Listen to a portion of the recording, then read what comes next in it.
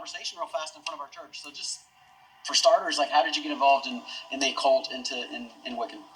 Well, when I was about 11 years old, my dad left my mom, and my mom, being a single parent, was just trying to help us survive. Mm-hmm. My brother would take off a lot.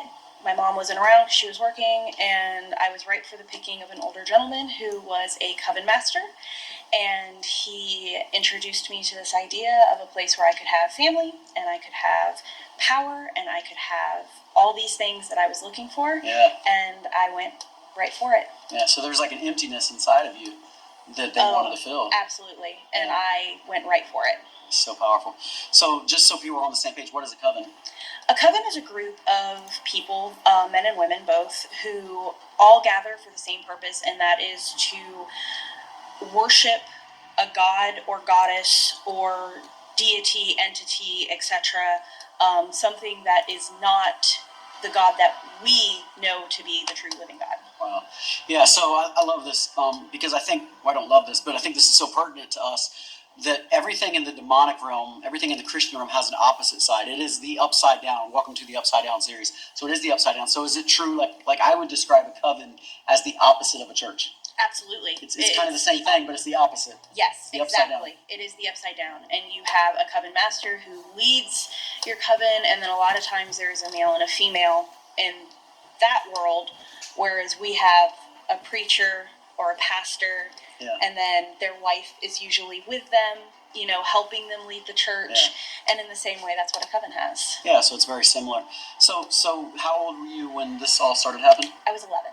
Okay, and I heard you sent me a testimony, so you sacrificed your first animal. Tell us about that. I did. I was 12 years old when I finally finished what they call initiation, and I was ready to go out and do my first ritual, and I walked into a wooded area with my entire coven, and I sacrificed a small animal, and I watched a demon rise out of a conjured circle. And it was probably one of the most frightening things I've ever seen.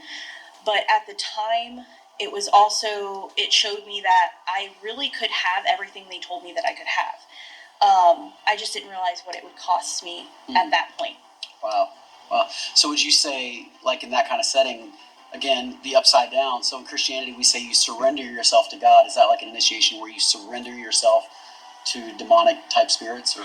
Yes, they don't call them demonic type spirits there. Right. They tell you that you're committing your life to following their ways, and that you are initiating yourself into the coven as an initiate or as a member of the coven. And basically you're pledging your life, and what they don't tell you is you're also pledging your soul. Yeah. So it's in some regards maybe similar to baptism, right? Yes. So baptism, you're pledging yourself to God in front of everybody. Now you're pledging yourself to this way of life, these spirits, Yep. So all right, so you're 12 years old, you sacrifice your first animal. Your testimony is amazing, and we're going to get into all kinds of parts of that in another time. But as far as the occultic side of that, where did that lead you in that world? So I stayed pretty close to my coven master because of my age, and I continued to do rituals, both small little rituals that most Wiccans do, that if you go online, you will find hundreds, if not thousands, of these rituals that you can do, which I do not suggest doing, because every single one has a price, even if they tell you it doesn't. Yeah. And then there were the larger rituals where we would go out as a coven or as 2s and 3s, usually 3.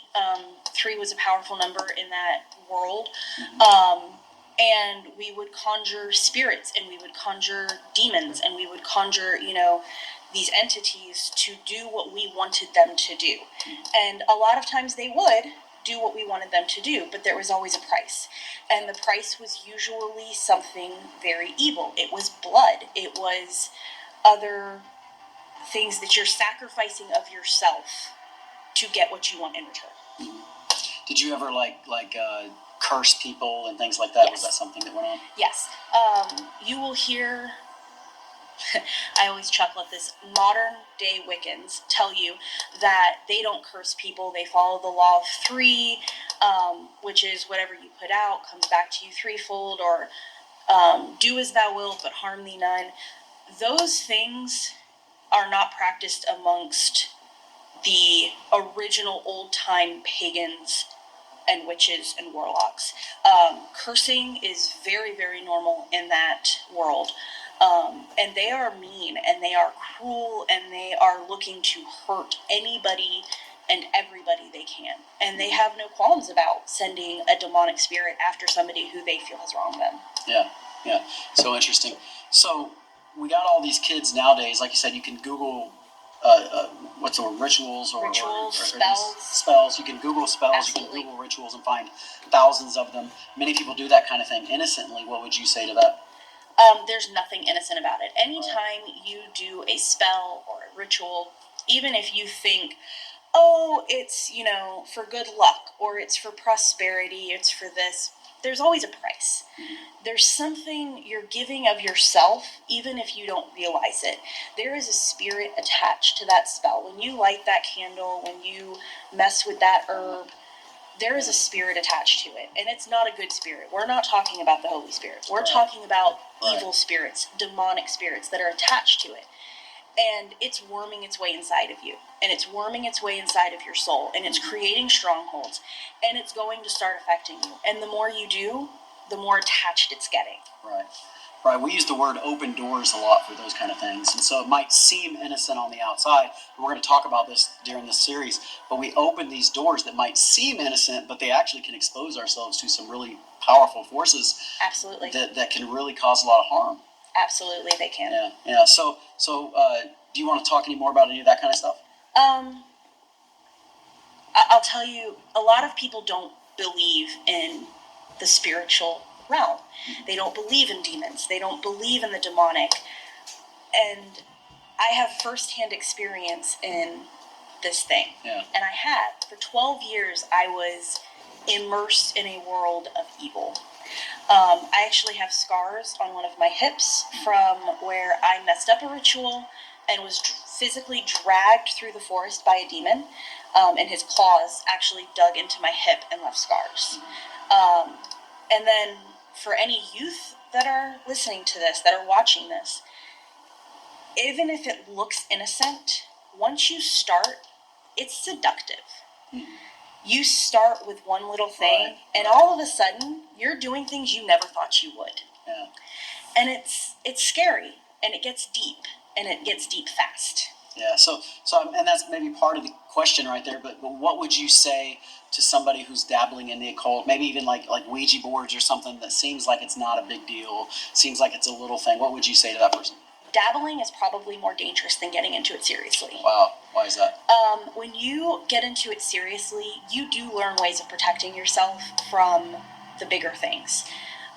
Like I said, I messed up, I got dragged through the woods because I messed up, but I knew what I did wrong.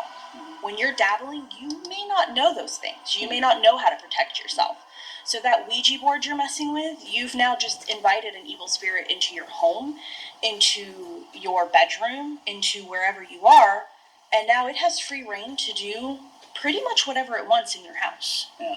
Wow. So besides the Ouija board, I mean, that's a fairly obvious one. Besides that, what are some other things that you could be opening a door, so to speak, to the demonic realm that we might not think of? Talismans, good luck charms. I'm not going to say all herbal supplements because God gave us nature. But if you're mixing up things and speaking words over these mixtures, you're getting really close to potion making. Right. And potion making is just as close to witchcraft as doing a spell is. Yeah, 100%. All right, so we want to transition this now. So you dabbled in the occult for 12 years. Not dabbled is apparently not the right word. You were in the occult. Yes. Did you have like a title or anything? Do they do that? I don't know. They do. I actually became second to the Coven Master. I was the Coven Master's bridegroom, actually, is what I was known as. Which I know sounds kind of weird because bridegroom is usually assigned to a male, and that is because typically the second in command is a man, which is why it was known as a bridegroom. But my Coven Master really took a liking to me and put me in that position because he raised me up from such a young age. If I had stayed when he passed away, I would have become the Coven Master. Yeah. Wow. So now we want to transition a little bit though. So you were the second in command inside the coven. So you were like the associate pastor of the coven, right? Yes. Kind of thing. And obviously you were just baptized in our church and shared a very brief version of your testimony in that baptism a month ago or so. So how did you transition out of that? How did you find Christ? Let's at least end this on a happy story. So I wasn't raised with any type of religious upbringing at all. Right. I was briefly introduced to the Christian religion in a very negative light in the coven. Yeah. When I was in high school, I met a boy. Seems like a lot of things start that way, right? Met a boy. He introduced me to church. I went to church, learned more about it. Yeah. Got saved. Right. Pretty much to stay in his family's good graces. When that ended, I went right back to what I was doing. But it was still in the back of my mind. And looking back now, God was always kind of chasing me. Right. Right.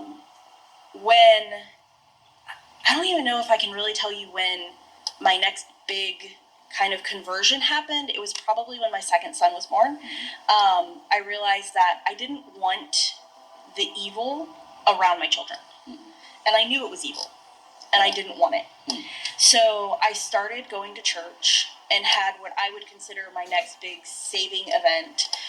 Was baptized, was going to church, but I hadn't dealt with the inner issues yet. Yeah. And it wasn't until I had a very life-changing event of my husband leaving me about a year ago, when I hit my knees hit the floor, and I was just like, okay, God, obviously I can't do this on my own, and my life runs much better when you're involved. And that was the night that I really turned my life around and came back to God fully. Yeah.